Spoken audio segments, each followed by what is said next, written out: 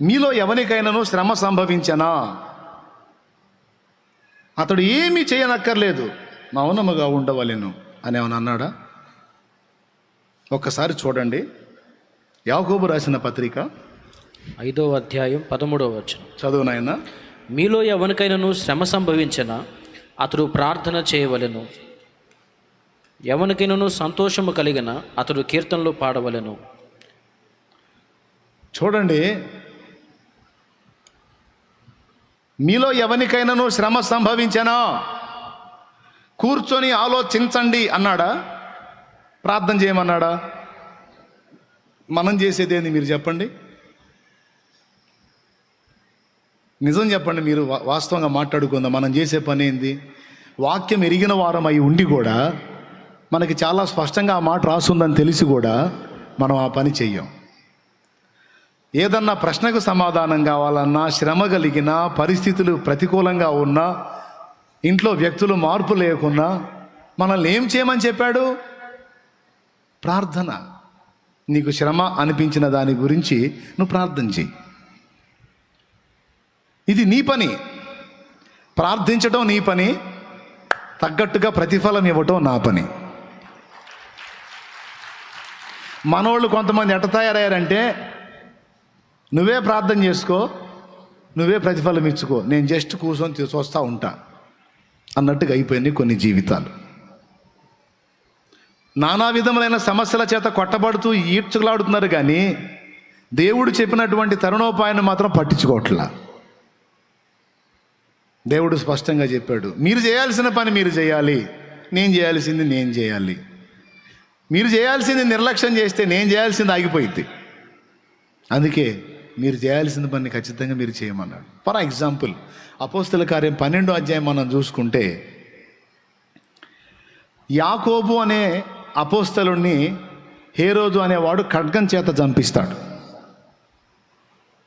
అది యూదులకు సంతోషాన్ని కలిగించిందని అనుకొని పేతురును కూడా బంధిస్తాడండి.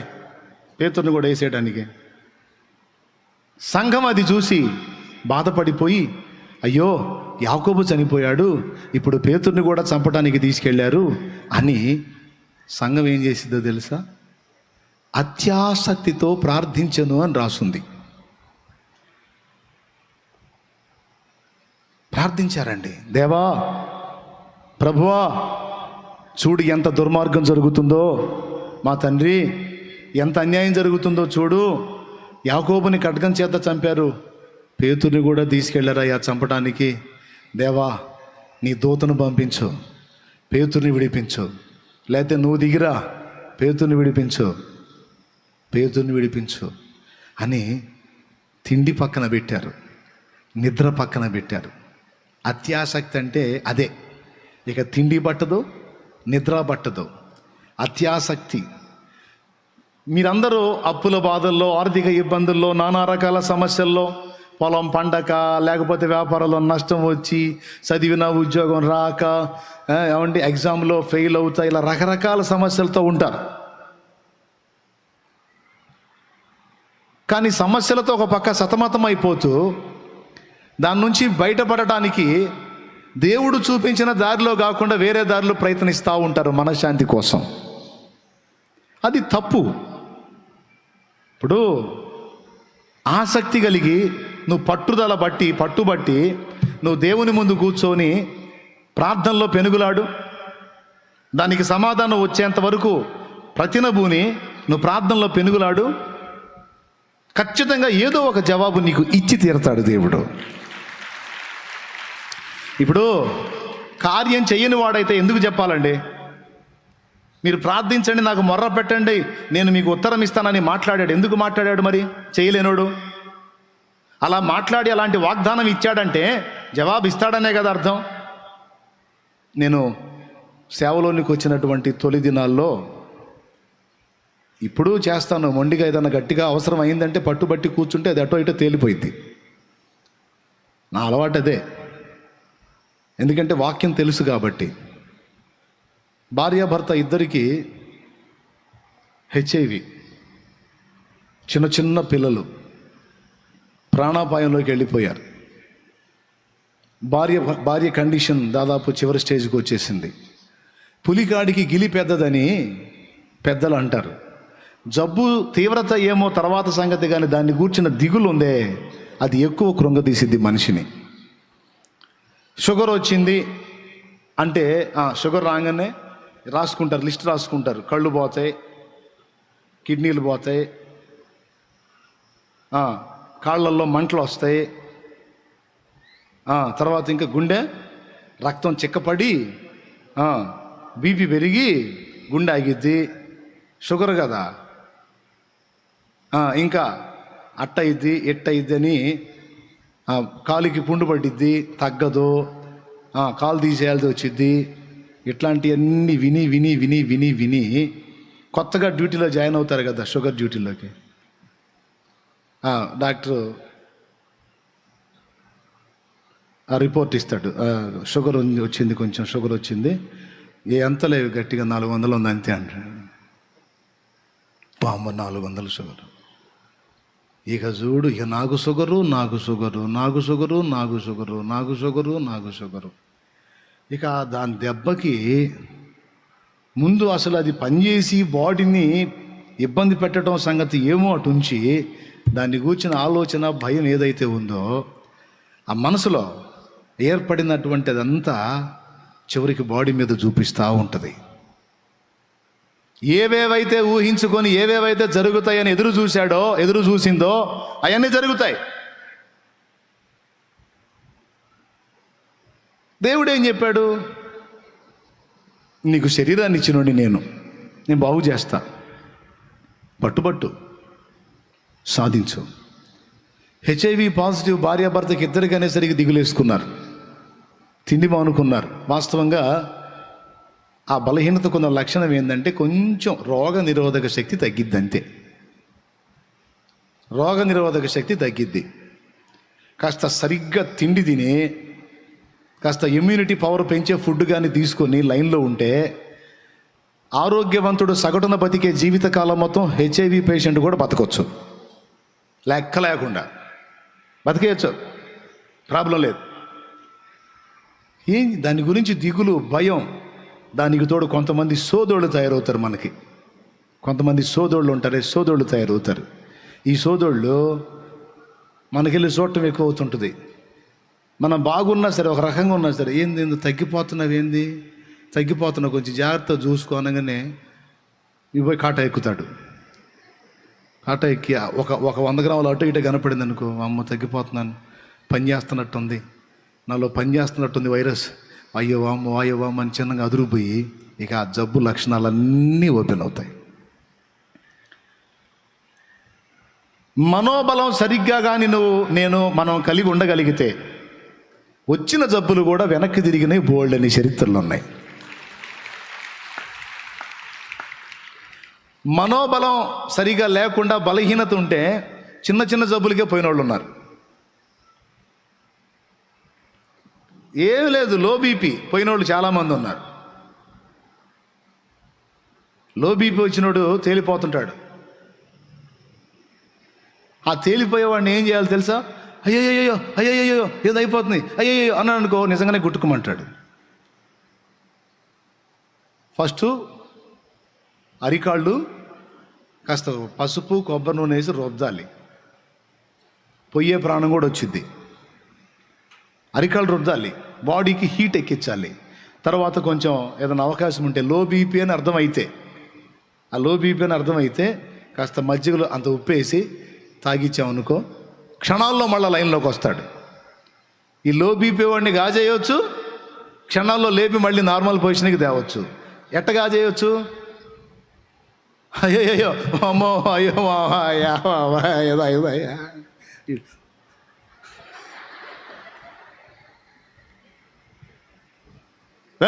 ఏం లేదు ఎదురుగా, ఏం లేదు, లో బీపీలే. కాళ్ళు చేతులు అరిచేతులు కాస్త రుద్ది, కాస్త అరిచేతులు అరికాళ్ళు రుద్ది, కాస్త మజ్జిగ కాస్త ఉప్పేసి మజ్జిగ తాపితే క్షణాల్లో నార్మల్ వచ్చేస్తాడు. ఇట్లా అదురుపోయి కేకలేసి కాజేసిన వాళ్ళు ఉన్నారు. ఇట్లా ధైర్యం చెప్పి బతికించిన వాళ్ళు ఉన్నారు. కొంతమంది డాక్టర్లు కూడా డిఫరెంట్ డాక్టర్లు ఉంటారు, వాళ్ళ దగ్గర సచ్చినా బాగూడదు. ఎందుకు తెలుసా? రిపోర్ట్ చూసి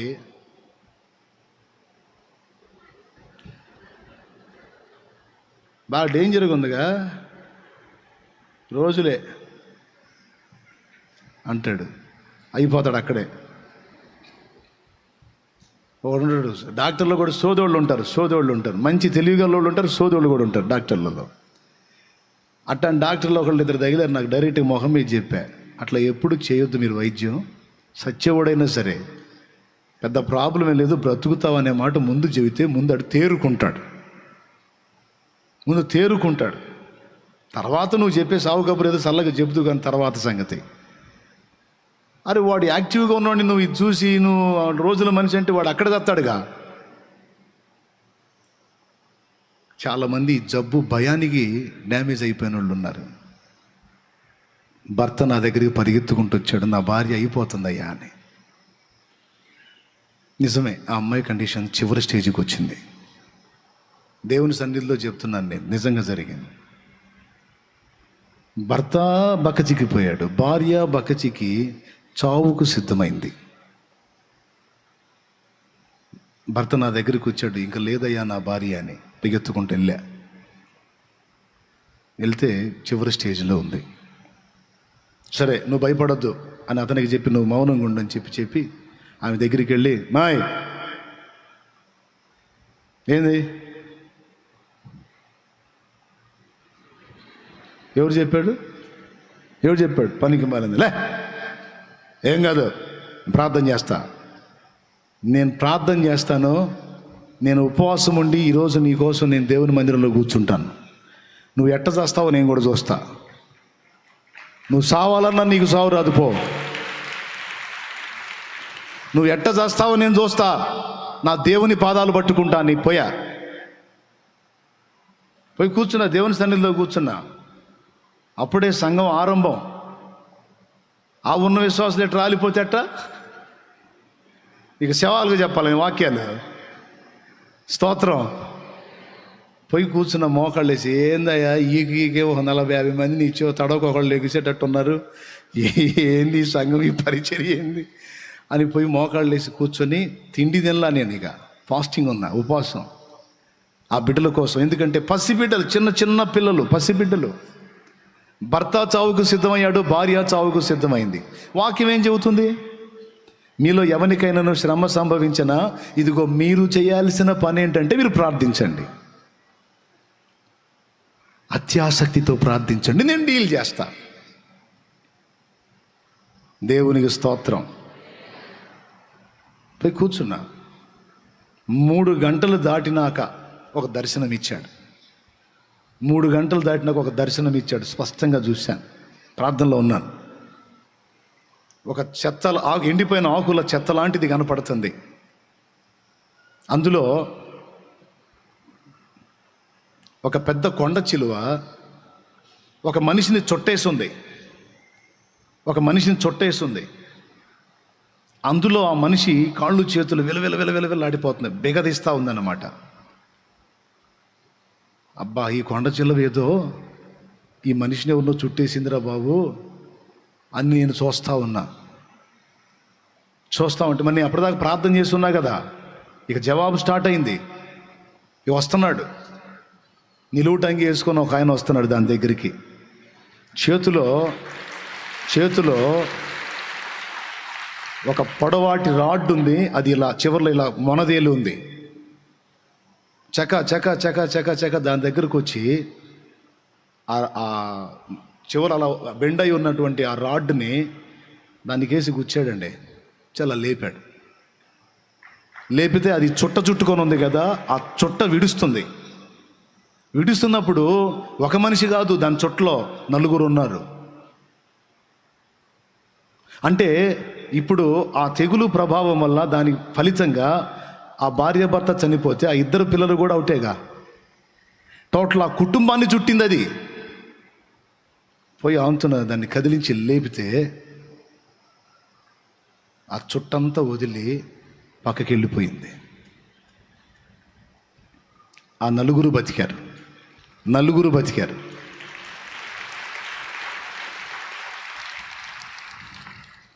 ఇంకా నిలువుటంగి ఆయన సైలెంట్గా వెళ్ళిపోయాడు. అంటే ఏంటో తెలుసా? నువ్వు అడిగావుగా, వారి ప్రాణములను నాకు ఇమ్మని, ఇచ్చాను పో అన్నాడు. మీరు నమ్ముతారా? నమ్మకపోతే ఆడవండి, నాకెందుకు. కానీ నిజం. దేవునికి స్తోత్రం, హల్లెలూయా. కానీ నిజం, నేను చెప్పింది మాత్రం వాస్తవం. ఇప్పటికీ దేవుడి మహాకృప వల్ల ఆ నలుగురు బతికే ఉన్నారు. వాళ్ళ పిల్లలు కొంచెం పెద్దోళ్ళు అయ్యారు, వాళ్ళకి మధ్య పెళ్ళిళ్ళు కూడా ఆయనే అద్భుతంగా ఉన్నారు, బతికే ఉన్నారు, విశ్వాసంలోనే ఉన్నారు, నా తండ్రిని సేవిస్తూనే ఉన్నారు. మీలో ఎవరికైనా శ్రమ సంభవించిన ఆసక్తి కలిగి వెళ్ళి ప్రార్థన చేయి. తాడో పేడో తేల్చుకోవాలి, మొండితనం నేర్చుకోవాలి. అన్ని దేవుడు చేయడు ప్రియులారా, అన్ని దేవుడు చేయడు. కొన్ని మనం చేయటానికి దేవుడు వదులుతున్నాడన్న సంగతి మర్చిపోవద్దు. అది ఏ విషయంలోనైనా సరే. సువార్త ప్రకటించే విషయంలో మనకు బాధ్యత అప్పచెప్పేసి ఆయన మౌనంగా ఉన్నాడు. ఎంతమందికి చెప్తాడో చూద్దామని. అసలు ఈ బాధ్యత నెరవేరుస్తారా లేదా? నీకు ఇచ్చేశాడు బాధ్యత. ఈ తరంలో నశించిపోతున్న ఆత్మల రక్షణ ఈ తరంలో రక్షింపబడిన వాళ్ళదే. ఈ తరంలో నశించిపోతున్న ఆత్మల రక్షణ బాధ్యత ఈ తరంలో రక్షింపబడ్డోళ్ళదే. గతించిన తరం వాళ్ళు వచ్చి రక్షిస్తారా?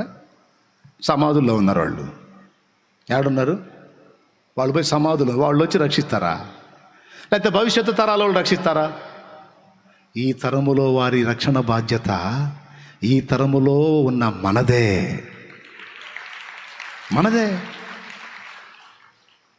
మనమే వాళ్ళని రక్షణలోకి నడిపించాలి. ఇంకెవరు నడిపిస్తారు? దేవుడు నీకు నాకు ఛాన్స్ ఇచ్చి చూస్తున్నాడు. ఎన్ని రకాల సమస్యలతో అట్టుడిగిపోతున్నాను, నలిగిపోతున్నారు కదా. నేను నానా రకాల శ్రమల్లో సమస్యలు అల్లాడిపోతున్నాను అన్నోళ్ళు చేతులు ఎత్తండి. దానికి దేవుడు గ్రంథంలో చూపించిన పరిష్కారం మొండిగా ప్రార్థించమన్నాడు. పేతురు కోసం అత్యాసక్తి కలిగి ప్రార్థన చేస్తూ ఉన్నారండి. రోజులేం చేయలే.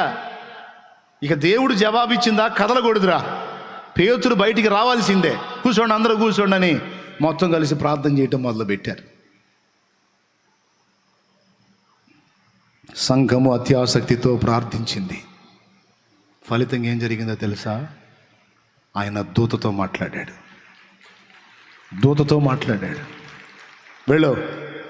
వెళ్ళి చెరసాల్లోంచి అతన్ని బయటికి పంపించమన్నాడు.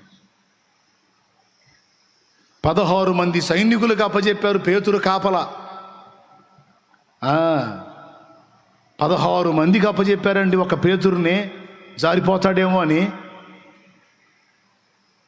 వాళ్ళందరి చేతుల్లో నుంచి బయటికి తీసుకొచ్చి రోడ్డు మీదకి తీసుకొచ్చి నైట్ టైం శుభ్రంగా నిద్రపోతున్నాడు పేతురు. ఆయన పని చూడు ఎట్టుందో. తెల్లారి ఏం జరిగిద్దో తెలియదు. మనమైతే సచిన నిద్ర పొమ్మన్నా పోం.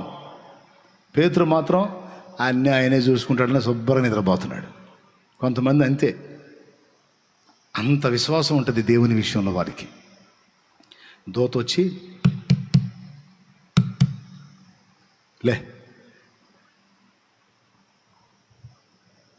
దేవదూత. ఆయన ఏమంటున్నాడు తెలుసా? దర్శనం భలే ఉంది అనుకుంటున్నాడు. దర్శనం కళ వచ్చింది అనుకుంటున్నాడు అండి.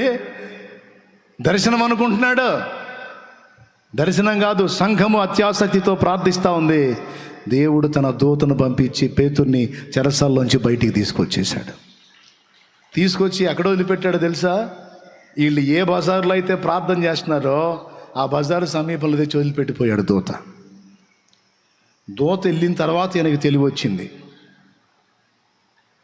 ఇదేంది, నాకు తెలిసిన వీధి ఇది, మా వాళ్ళు విశ్వాసులు ఉన్నారు ఈ వీధిలో, ఎక్కడికొచ్చానేంది అని తడివి చూసుకొని, ఒరి ఇది కల కాదు, దర్శనం కాదు, ఇది రియలే. ప్రభువా నీ దూతను పంపించావా, నీకు స్తోత్రం అని అనే పరిస్థితి కూడా లేదు. చక ముందుకు వెళ్ళిపోయి ఎక్కడైతే ప్రార్థన చేస్తున్నారో ఆ ఇల్లు తెలుసు కనుకే పోయి తలుపు కొట్టాడు. వీళ్ళు ఏమని ప్రార్థన చేస్తున్నారు మీరు చెప్పండి? యేసు నామములో పేతురు వచ్చును గాక. యేసు నామములో పేతురు. రోదే అనే చిన్నది ఉంది వాళ్ళతో కలిసి ప్రార్థన చేయటానికి. చిన్నోళ్ళు భలే తెలివి గల్లోళ్ళు. వాళ్ళ విశ్వాసం దెబ్బకి అసలు మనం సరిపోం. పిల్లల విశ్వాసం దెబ్బకి మన అన్ని బోర్డు లాజిక్కులు అది ఎట్ట జరిగిద్దిలే, ఇది ఎట్ట జరిగిద్ది, దిక్కు మారిన లాజిక్లు అన్నీ పెట్టుకొని ఉంటాం మనం. పిల్లలకి ఆ లాజిక్లు ఏమి ఉండవు. మమ్మీ ఇది జరిగిద్దని నువ్వు చెప్పావుగా మమ్మీ, నేను ప్రేయర్ చేస్తా, జరిగిద్ది మమ్మీ అని రాజీ లేకుండా ఉంటుంది వాళ్ళ విశ్వాసం. అందరూ ప్రార్థన చేస్తుంటే ఈ రోదే అనే చిన్నది ప్రార్థన చేయట్లే. ఎందుకో తెలుసా? వీళ్ళందరూ ప్రార్థన చేస్తున్నారు పేతురు రావాలని, తలుపులు వేసుకొని. మరి పేతురు వచ్చి తలుపు కొడితే తలుపు ఎవరు తీస్తారు? దేవునికి స్తోత్రం. ఇప్పుడు చెప్పండి, ఎవరి విశ్వాసం గొప్పది? వాళ్ళ ప్రార్థన గొప్పదే, అంతకంటే ఈ చిన్నదాని విశ్వాసం ఇంకా గొప్పది. పేతురు వచ్చేది ఖాయం, నేను తలుపు తీసేది ఖాయం అని తిరుగుతుంది అక్కడ. చేయండి ప్రార్థన చేయండి, పేతురు వచ్చేది ఖాయం, నేను తలుపు తీసేది ఖాయం అని. పేతురు వచ్చి తలుపు తట్టాడు, పోయింది. ఎవరు లోపల? ఇప్పుడు నా గొంతు మీకు గుర్తేనా? చెప్పరేమండి? మన కొంతమంది ముసలోళ్ళు పాపం ఇక్కడ దాకా రాలేక ఎక్కడో ఉండి నా కోసం ప్రార్థన చేసే తల్లులు ఇట్లా ఫోన్లో అయ్యే మాట ఒక్కసారి వినాలని ఉంది, ఒక్కసారి మాట్లాడుతానంటే వాళ్ళ నంబర్లు తీసుకొని నేనే ఫోన్ చేశా. వామ్మో, వాళ్ళు ఎంత షార్ప్గా ఉన్నారు. నేను హలో అనగానే అయ్యా వామ్మో, నా గొంతు మీకు ఎంత బాగా గుర్తుంది. ఏందయ్యా, రోజు వినేదే నీ మాటలో, పొద్దున్న లేచిన దగ్గర సాయం నిద్రపోయిన దగ్గర నీ గొంతేగా అయ్యా, నేను ఎట్టు మర్చిపోతానా? తల్లులు మొత్తం 55 మంది నంబర్లు ఇస్తే దాదాపు 45 మంది 50 మంది దాకా చేశా. ఎంత సంతోషపడుతున్నారో వాళ్ళు. ఇంకా కొన్ని నంబర్లు ఉన్నాయి, మళ్ళీ చేస్తా. దేవునికి స్తోత్రం, హల్లెలూయా. నా గొంతు మీకు గుర్తేగా. మీ ఇంటి బయటకు వచ్చి మా నేను తెలు పెట్టాను అనుకో, గుర్తుపడతారా? ఎవరా అంటారా? అంతగా గుర్తుపడతారుగా. ఆ చిన్నది గుర్తుపట్టింది పేతురు గొంతు. గుర్తుపట్టి పరిగెత్తదో, తలుపు తీయాలిగా. మీరు ప్రార్థన చేస్తున్నారు, చేసేవాడు వచ్చాడు. ఏ పేతురు కోసం మీరు ప్రార్థన చేశారో పేతురు వచ్చి అదిగో తలుపు తడుతున్నాడని చెప్పింది. పోయి తలుపు తీయకుండా పోయింది ఆనందంలో. వాళ్ళు అంటారు, ఎవరికా పిచ్చిదానా పేతురు రావటం ఏందని. మరి అప్పటిదాకా ప్రార్థన ఎందుకు చేశారు? మరి ప్రార్థన ఏమని చేశారు? ఈ సన్నివేశం ఉంటుంది, అలానే చూడండి కావాలంటే బైబిల్లో. ఇప్పుడు కాదు, ఇంటికి పోయి చూడండి. అపోస్తల కార్యం 12వ అధ్యాయం. నీకేం పిచ్చా? పేతురు వచ్చాడని మొత్తుకుంటా. మరి మీరు మొత్తం పిచ్చోళ్ళలాగా ఉన్నారు. నేను ఆయన గొంతిన్నాను మొర్రో అంటే పిచ్చి, నాకు పిచ్చి అంటారు ఏంది? సరే తేలుస్తాను ఆగండి, మీకు పిచ్చో నాకు పిచ్చో తేలుస్తాను ఆగండి అని పోయి తలుపు తీస్తే పేతురు. సంఘము అత్యాసక్తితో ప్రార్థన చేయగా దేవుడు పేతురుని విడిపించాడు. ఫర్ ఎగ్జాంపుల్, ప్రార్థన చేయలేదు అనుకుందాం, ఒకవేళ ఉదాహరణ చేయలేదు అనుకుందాం, వచ్చేవాడా? యాకోబు అయిపోయినట్టు పేతురు కూడా అయిపోయేవాడు. కానీ అలా కాకుండా ఆపింది ప్రార్థన. ఈ ప్రార్థన బహుశా యాకోబు కోసం జరిగి ఉండకపోవచ్చు. యాకోబును నష్టపోయిన తర్వాత సిగ్గొచ్చి ప్రార్థన చేశారు. దేవుడు చెప్తున్నాడు, నన్ను అడుగో, నేను చేస్తాను, నీకెందుకు, నువ్వు అడుగు, నాకు మొర్రపెట్టు, జవాబు వచ్చిందాక పట్టుబట్టు, నీ పని అది. నీకు జవాబు ఇవ్వటం నా పని. కొన్ని నేను చేస్తాను, కొన్ని నువ్వు చేయాలి. నువ్వు సువార్త చెప్పు, నీకెందుకు, నువ్వు చేసేది నువ్వు చేయి, ఆ మనిషిని నేను మారుస్తాను.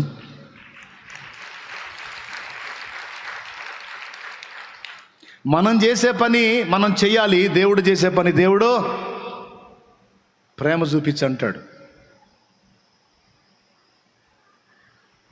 కేవలం ప్రేమ చూపించు, నువ్వు ఆ మనిషికి ఎక్కువ చెప్పొద్దు, నువ్వు ప్రేమ చూపించు, నువ్వు మౌనంగా ఉండు అన్నాడు. ఒకసారి కొంతమందికి సువార్త చెప్పడానికి కూర్చోబెట్టి 2-3 గంటలు చెప్పిన వాళ్ళు మారలా.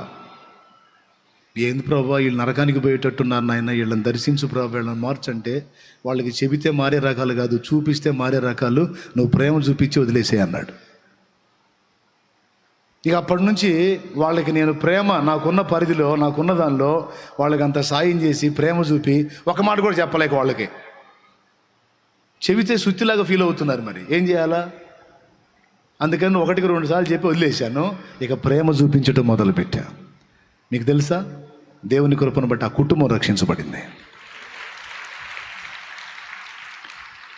అంటే నేను చేయాల్సింది నేను చేయాలి, దేవుడు చేయాల్సింది దేవుడు చేస్తాడు. ఈ పాఠాన్ని ప్రతి విశ్వాసి అవగాహన చేసుకోవాలి. ప్రారంభం నుండి కూడా మనం కూడా కొంతవరకు చేయాలని దేవుడు ఆశిస్తున్నాడు, మనకు అవకాశం ఇచ్చాడనేది మర్చిపోవద్దు. సంతోషం కలిగిందా, స్తుతి పాడు. బాధ కలిగిందా, ప్రార్థన చేయి. మరీ మొండిగా ఉందా, ప్రత్యేకంగా ప్రతిష్ట చేసుకో. నేను పోయి కూర్చున్నాను, సాయంత్రం 3 గంటలకల్లా నాకు రిజల్ట్ వచ్చింది. ఇంటికి వెళ్ళి చూస్తే ఆ మనిషికి ఆ పరిస్థితి మారిపోయి ఉంది. ఆ భర్త చెబుతున్నాడు, అంత అన్నం తిందన్నా అని. అన్ని రోజులు అన్నం ముట్టని మనిషి ప్రార్థనలో మోకాళ్ళుని పెనుగులాడి గోజాడితే దర్శనం ఇచ్చి మరి ఆ 4 ప్రాణాలు అడిగావు కదా, నేను నీకు ఇచ్చా పో అని మాట్లాడిన తర్వాత నేను ఎల్లింటికి వెళ్ళి చూస్తే ఇన్ని రోజులు తినలేదు, ఈరోజు అంత అన్నం తిందన్నా అన్నాడు.